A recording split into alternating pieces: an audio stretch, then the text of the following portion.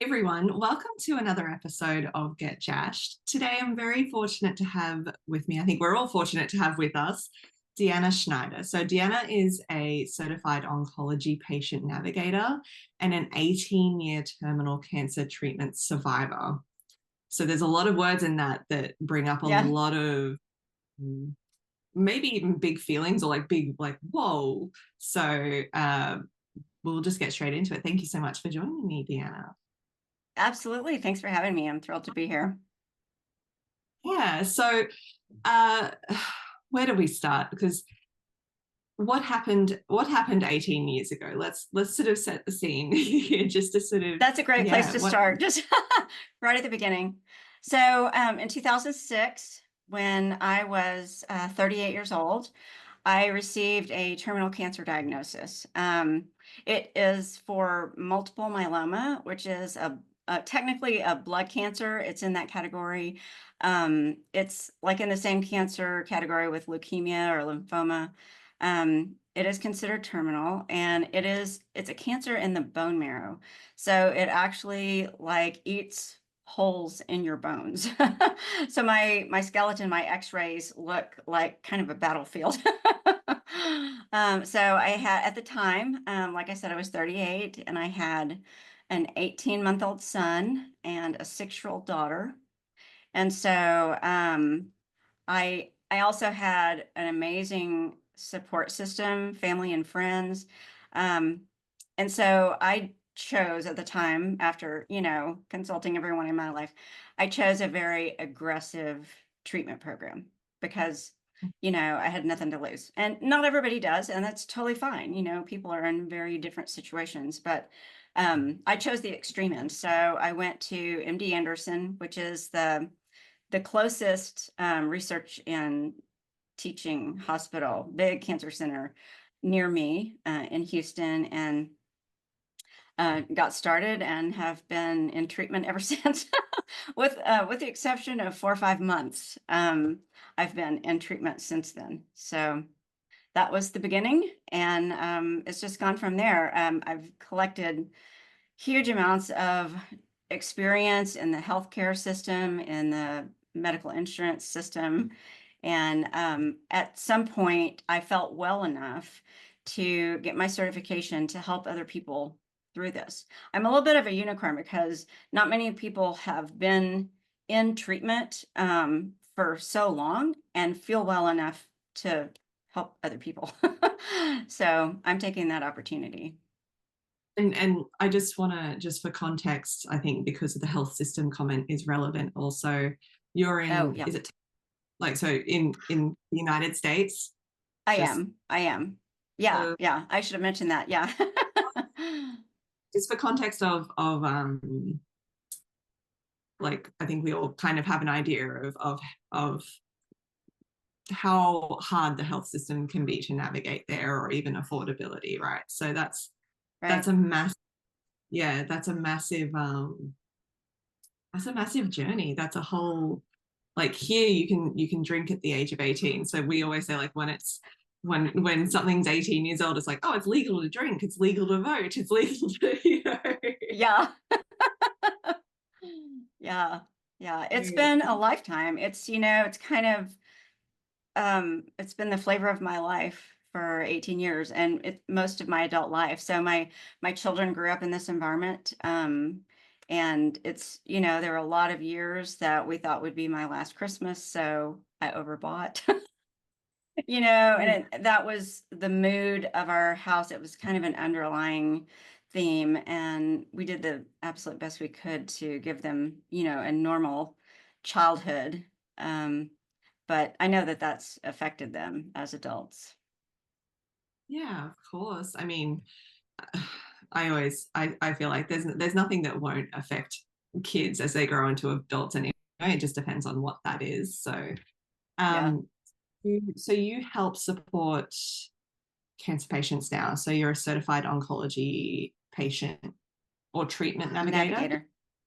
Yeah. Yeah, it sure is. And so, yeah, when patients are diagnosed, it is a level of overwhelm that I don't think there's much in life experience on this earth that compares. It is the closest I can imagine would be like having triplets in the NICU or some, preemies, that kind of stress and just the volume of information that has to be taken in and dealt with so immediately just for your survival, like choosing the right doctor and being in the right facility and understanding your rights as a patient and are trials dangerous and should I do one, and just the volume of events and life that you have to process just in the first like 3 months is really, really overwhelming. So that's my job as a navigator, to help people. There's people who don't have transportation to the medical facility, things as basic as that. And what do I eat? What can I keep down? I'm not able to keep anything down. So everything feels very urgent and very dangerous.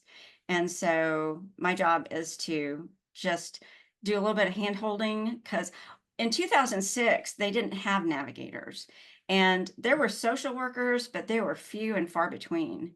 So what I would like to offer people who are walking this path right now is what I didn't have. And I had to just kind of do so much by trial and error, and there was so much error, so much error. So I'm just Yeah. trying to help people, have a smoother ride of it Mm. and know what to expect and know what's coming. And, when that lady with the clipboard walks into your hospital room, you're not going to yell at her to get out because she may be offering you grant money, that kind of, that's when Yeah. I learned the hard way. So, yeah, that's what a navigator does. And, so, and I If get a huge satisfaction out of that. Yeah, it's such an important role. I mean, I think with cancer in particular, you're right. Like it can be such a it's like it's the big thing, it's the big thing that feels massive for all of us because we Yes. all know that there is a risk involved, and Mhm. unless this is also unfortunate in that way, but unless you have someone close to you who's also navigated something like that, it Mhm. it's so scary. Like it would be so uncertain and so hard to sort of know what to expect Mhm. and or yeah, like what this person's for. Like this other person who walked in, like you said, with the clipboard, it's like, well, who are they, and can I trust Yeah. them, or can I say Yes. like There's a lot of that. Yeah. When I was first diagnosed, it I had a hard time wrapping my mind around the fact that there was so much free money out there for me. Like who would, who would give me money for cancer treatment? They don't know me. I guess I was a little suspicious in my worldview, but and it took me like 7 or 8 years before I realized, oh my gosh, there is a huge foundation that would give me all the money I needed to pay for all of this, And so I ended up losing out on a lot of oh help.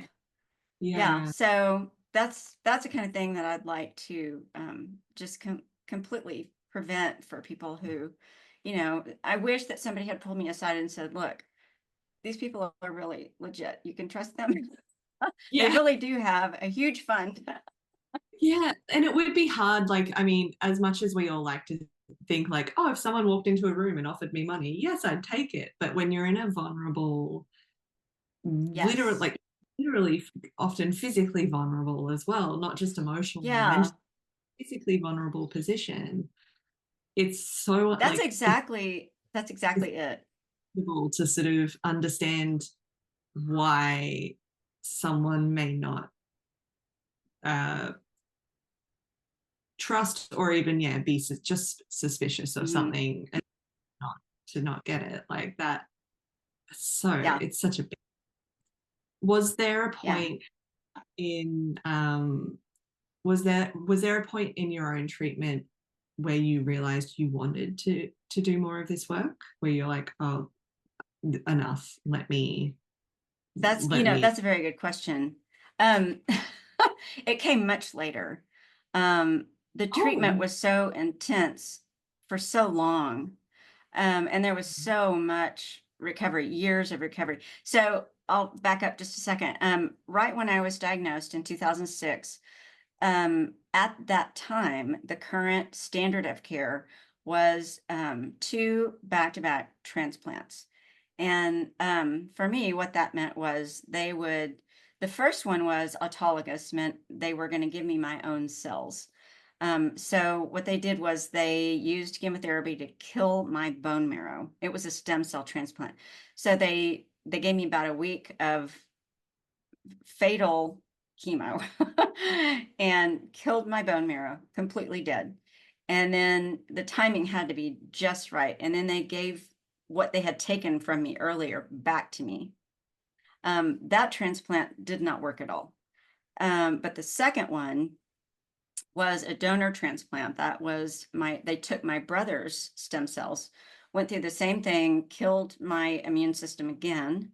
That was about 6 months later, and gave me his stem cells, which grew. And that one did not put me in complete remission either, but it bought me a considerable amount of time.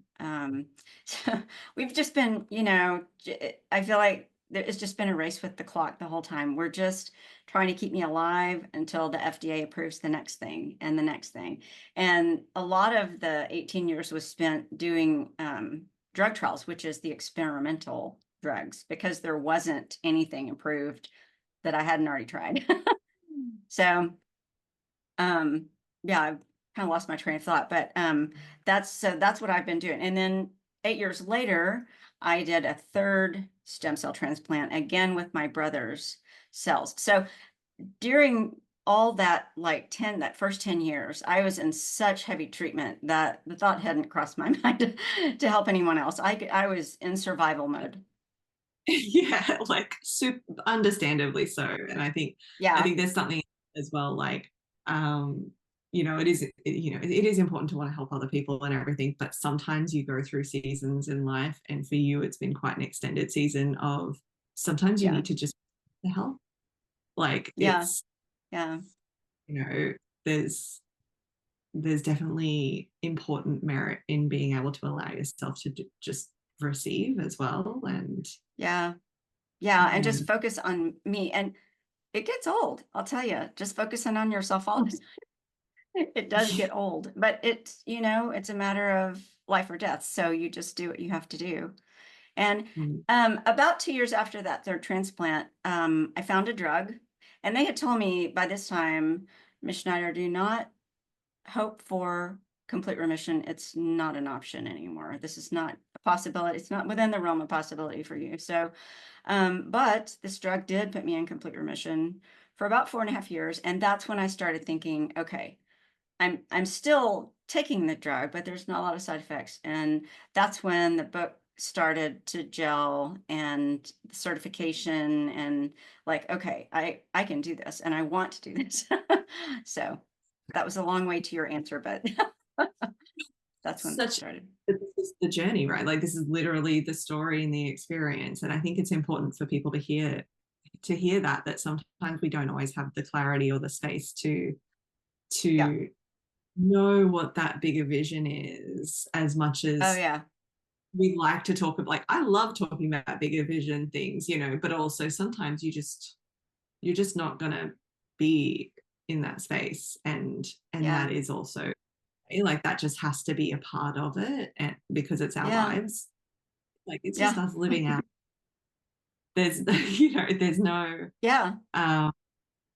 it's not always going to be like this sort of this euphoric, like I'm looking forward to this goal or everything. Sometimes it's, well, we're trying. No, I spent a lot of those 10 years kind of in the metaphorical fetal position.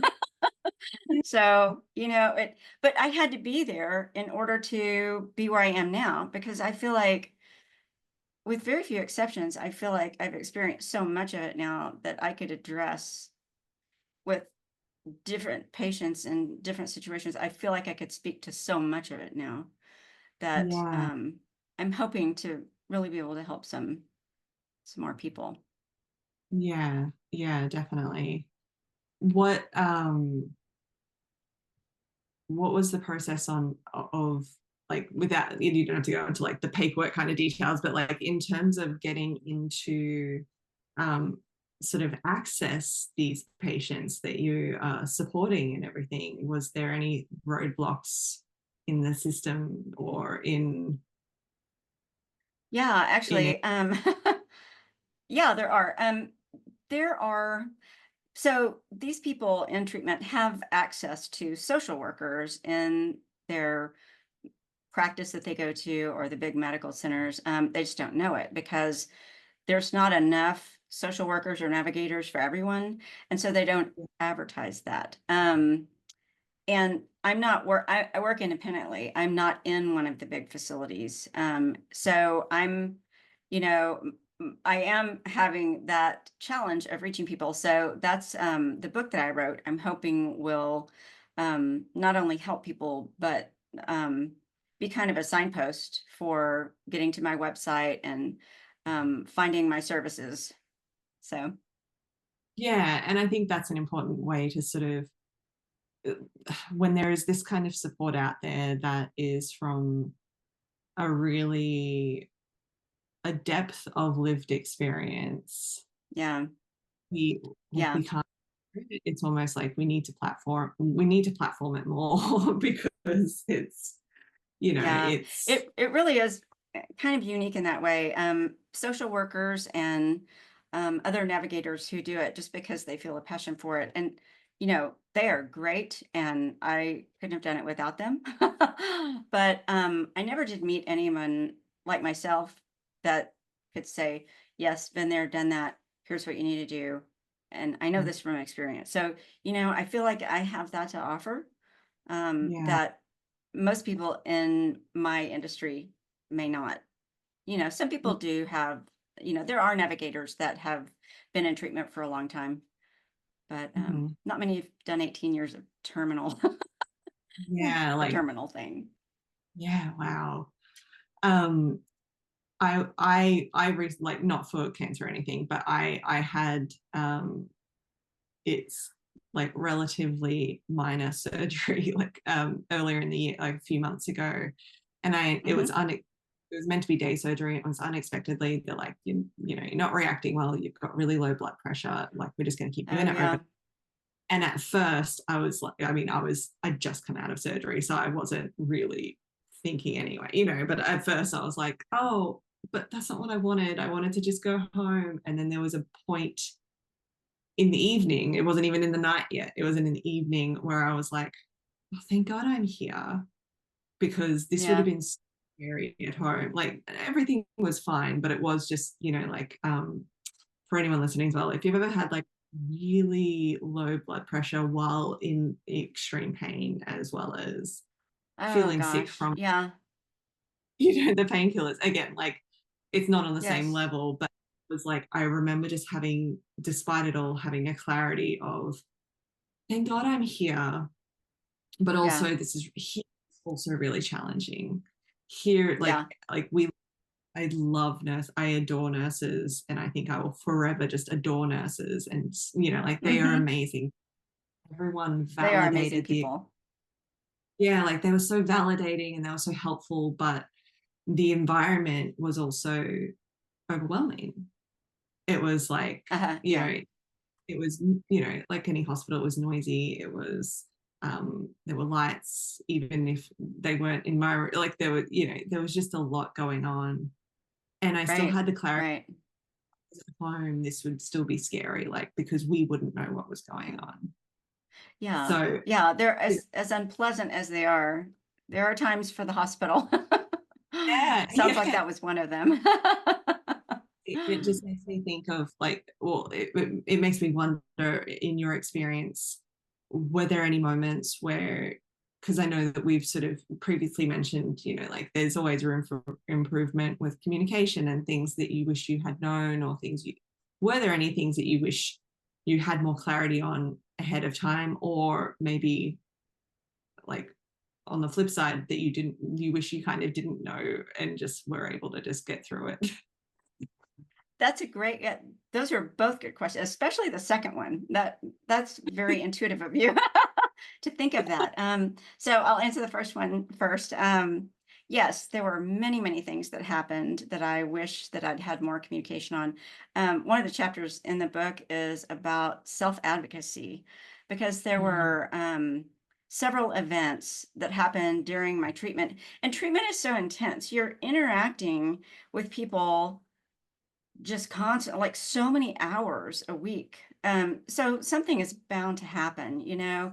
Um, I had IV nurses that couldn't find a vein and would stick me like 8 times until I was just hysterical. And that's I true. didn't, I didn't know the etiquette. I didn't know that I could say, just stop. I'm going to go outside for an hour, you know. Um, there were a lot of procedural events that happen, like just red flags that I was thinking, okay, this doesn't feel quite right. But I didn't know, like, what's the etiquette in a hospital? I know that people come here and they get sick and they die and they hurt, but like, is this what I'm supposed to be experiencing? Is this acceptable? You Mm, know, that kind of thing. So yeah, there was a lot of that, and I talk about that in the book, and I try to coach, like in general terms. Okay, if you have this red flag, and if this happens, and if your body feels this resistance to it, because I'm a big believer in my body communicating mm, to me what I need to know when I don't know, when my brain doesn't have enough information. yeah. I believe that my intuition lives in my body, and I can just go in and say, okay, do I need to speak up in this situation, or are we going to let this ride? So yes, there was a lot of that. To answer your question, I even ended up firing one of my doctors over a pretty emotional disagreement that we had about how we were going to move forward. We just had a philosophical Yeah. disagreement. So And I think um, that, like, I think that's sort of, I think that's so good to do. And the way you even just explained that then is like, you're not always going to agree with your healthcare professional in terms of like the philosophical side of things, right? So mhm, it is like, while they are the expert in their field, it is important to mhm. recognize where, like you said, moving forward, especially in these kinds of conversations, um, is is there a different person you could be having that conversation, like a different doctor you could be having that conversation with? Yeah. That, Doctors are absolutely just people. They have yeah, their own values and their own biases and their own preferences. And it's really important to find one that kind of aligns with and, as a brand new diagnosee, you don't even know what questions to ask, you know? So, exactly. yeah. Mm. And the other question you asked was, did I get information that I didn't want? And the answer is yes. And there's one big thing. Imagine like the diagnosis is technically information you didn't want, but yeah, like, things that along the way you're like, oh, I wish I hadn't known that, and just had to just, Yes. yeah. Exactly, exactly. And so the big one is some doctors, okay, I think my dog is about to do a lot of barking. No, she That's, didn't hear the doorbell. Okay, so we're good. we love um, dogs anyway. the big one is prognosis. Um, people who get a brand new diagnosis are so in shock Mhm. that the first question is usually, well, like, how long am I going to live? Am I like, when am I going to die? How long do I have? And I have found that information is very destructive Mm. to a person. Okay, here we go. Do you want me to keep going? Yeah, keep going, it's fine. Okay. Um, I believe, Lucy, stop it. I believe that information, I mean, unless the prognosis is just imminent, unless you've got 4 weeks or 6 weeks or something like that. Um, Yeah. and the reason that I don't believe that is helpful to a patient, most patients, is because there's something called a healing space that somebody in cancer treatment, somebody with a cancer diagnosis, needs to try to create or generate. And I'm going to tell you a story, and it's going to help define what this is. So when I was diagnosed by a local oncologist, in my hometown. And it wasn't maybe a week or 10 days later that we were down at MD Anderson having our first appointment with the big guy. So, since it's a research and teaching hospital, there's probably 5 people that come into your room before you get to see the rock star, research scientist doctor. And so the 4th person that came into my room right before I got to see the doctor was a PA, physician's assistant. And he apparently had been given the odious task of telling me that it was a terminal diagnosis. So, and I do believe that they are obligated to do this. Probably it's a legal liability issue, so that I won't come back and say, but you didn't tell me I was going to die, or something like that. So he came in, and my dad was with me that day, and he sat down and he leaned in and he said, okay, Ms. Schneider, I need you to understand that this diagnosis, there's no cure for multiple myeloma. And he said it like 3 different ways. He said, we want you to understand that we cannot make you better ever. And we can't fix this. And so I thought for a minute, I said, is there anyone that you know of ever that has not died from this? And I think I kind of caught him off guard. Nobody asked him that question. And so he thought a minute and he said, well, I guess there's, on rare occasions, somebody who will live a long time and die of something else. And, and like that was the opening I needed. That was what I needed to know, that I could heal, that I could participate in the healing process. So it was pretty morose. I was pretty down, and we were leaving the building, and my dad stopped in the hallway, and he looked at me and he said, they don't know you very well, do they? And I said, no, they don't. So, sorry. What my dad did for me that day, Okay. what he did for me that day is he opened what I call a healing space, which is what your dad did, like, or he by did what? by what he said to me. Yeah, Yeah. the healing space is somebody before, and until you can do it for yourself, it's somebody who believes that you can heal. And I didn't, maybe not necessarily be cured, but continue to heal. Yeah. And so I found another person in my life, a mentor that I got back in touch with. She also helped hold that healing space open. And between the 2 of them, they were sure that I could heal. And I began to practice, and my mentor actually was able to teach me how. And so I began to work with her and practice those things. And I was able to hold that space open for myself off and on. And eventually, I don't know when it happened, but now I can hold that space open for myself all the time. I know, I don't just believe it, but I know that I can heal and participate and affect my own health.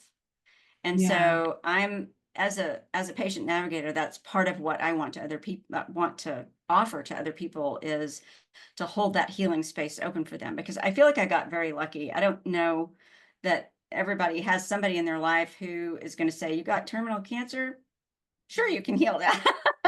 It takes a unique individual to be able to hold that space open for you. And there's so many variables, obviously, that go into like medical things anyway, right? So it's such a nuanced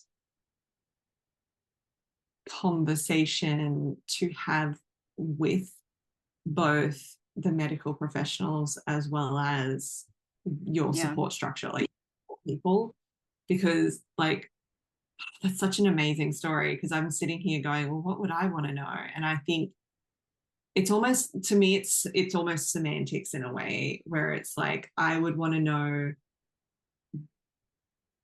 to take it, I would want to know enough to take it seriously, like to be like, oh, we need to throw everything we've got at it, kind of, level of, all right, they've and maybe, and I'm not saying this is exactly it, but this is just off the top of my head, it makes me think of maybe it's like, well, if it's a conversation of we've seen this be terminal and we're not sure the effectiveness, but these are the, but then going into the options, like, because I understand that they do have the liability, like they have to sort of explain what they see it Yeah. as and what they do. But Yeah. And I don't hold that against them. Yeah. is, like and maybe some people do, like, again, I haven't experienced this, but yeah, to sort of give it like, this is what it is and this is what we're looking at, but also Mm-hmm.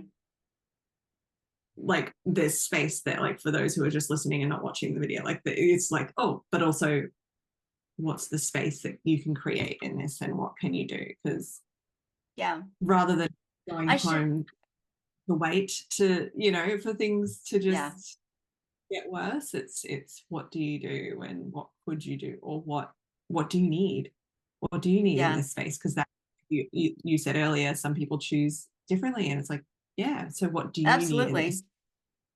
Yeah. Yeah. And I should qualify what I was saying about the healing space that I think is so Mm. important. I don't believe that everybody's soul's goal lines Mm. up with healing. I believe that some people, I mean, people get cancer for every different reason. I personally believe that it's an exit strategy for some people. And, some people have lots of comorbidities. They may already had another kind of cancer or diabetes or heart problems, or, they may not want to live. And Mm. that's perfectly fine. But for people who are really like 100% committed to healing, I think Mm. that healing space is very important. It's kind of a Yeah, headspace. but it's also it's almost the quality of life that you experience regardless, right? Like Exactly. Hmm. it's by experiencing my quality of life right now. Yeah, it's hope. It's Yeah, it's hope, exactly, and uh, sometimes we need hope.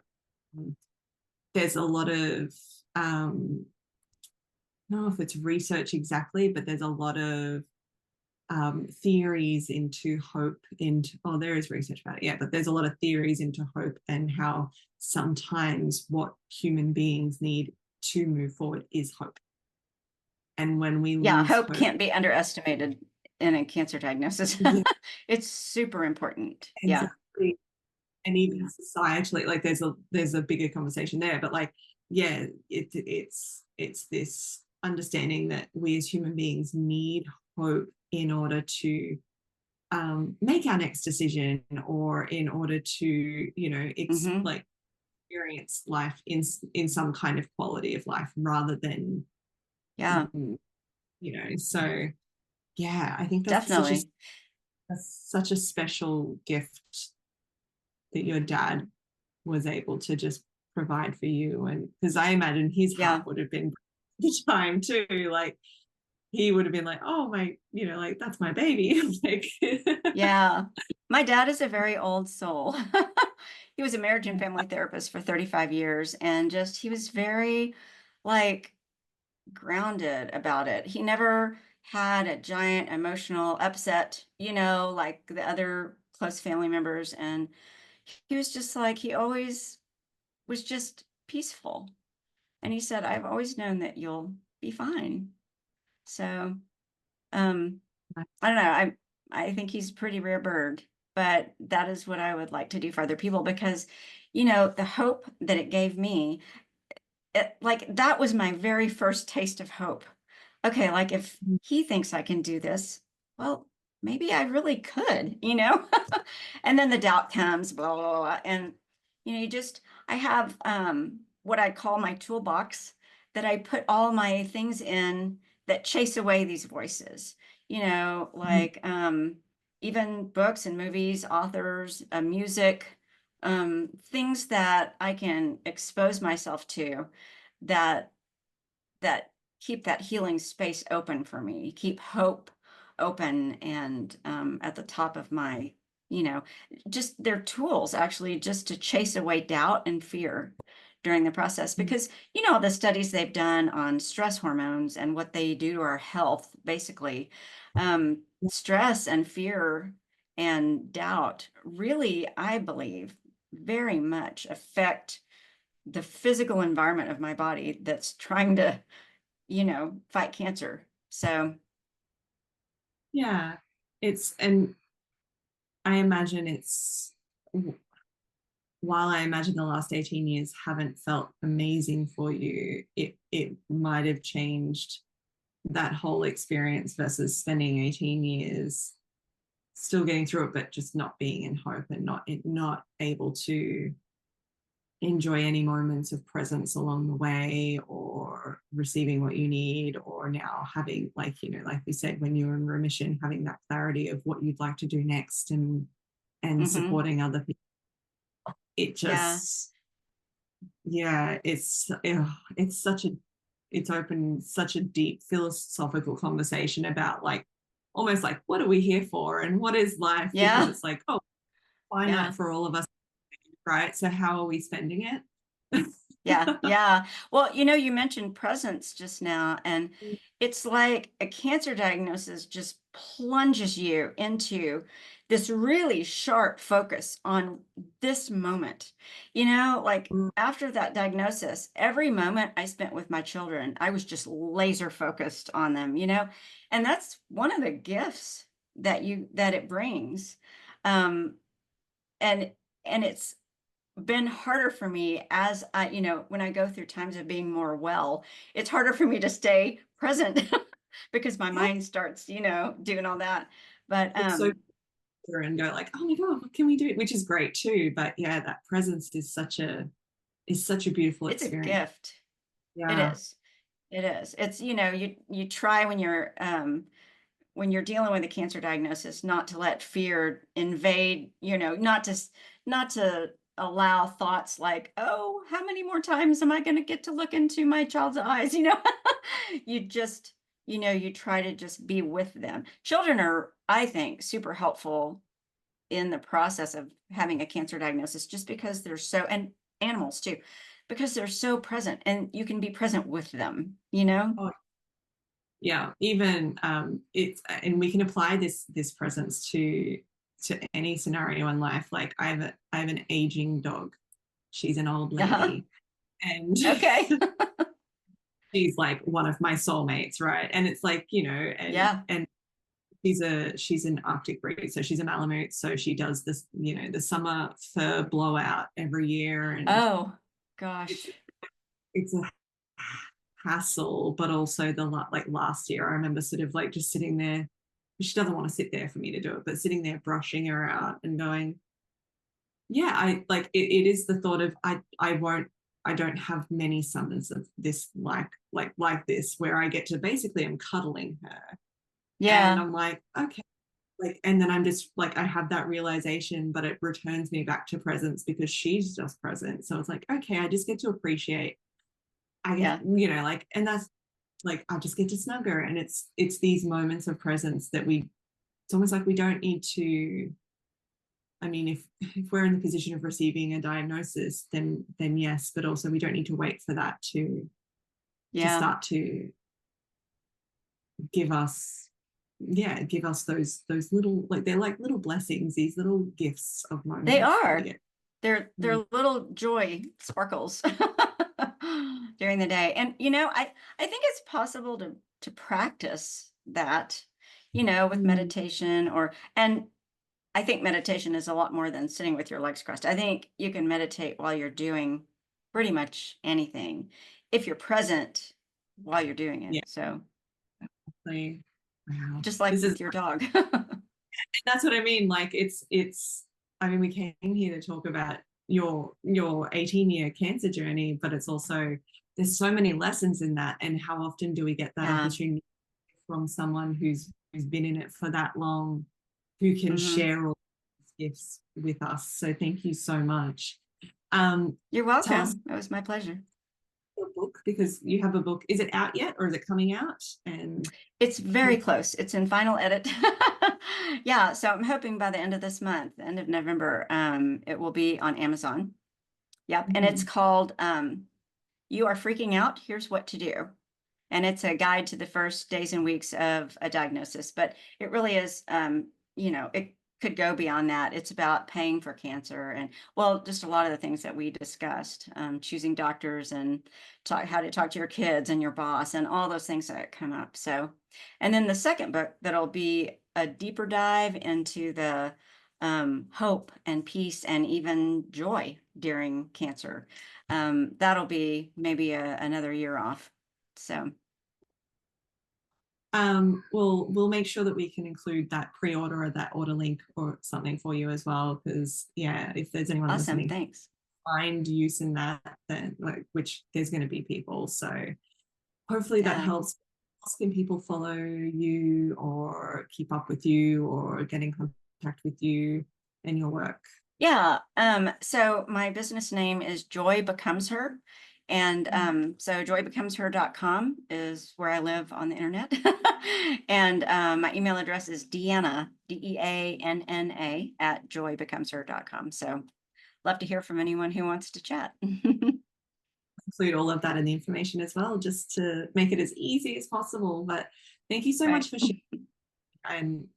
And like there were moments in there I'm like, how does she do it? Like, how does she continue? But yeah, thank you so much for sharing some of these, like these deeper parts of yourself that help us all in different ways, and has definitely, recording this on a Monday morning for me, like where it's definitely helping me start my week off going, oh yes, good reminder, how can I yeah present and more of that. So thank you so much for absolutely sharing your story. I think there's so much absolutely. It was my pleasure.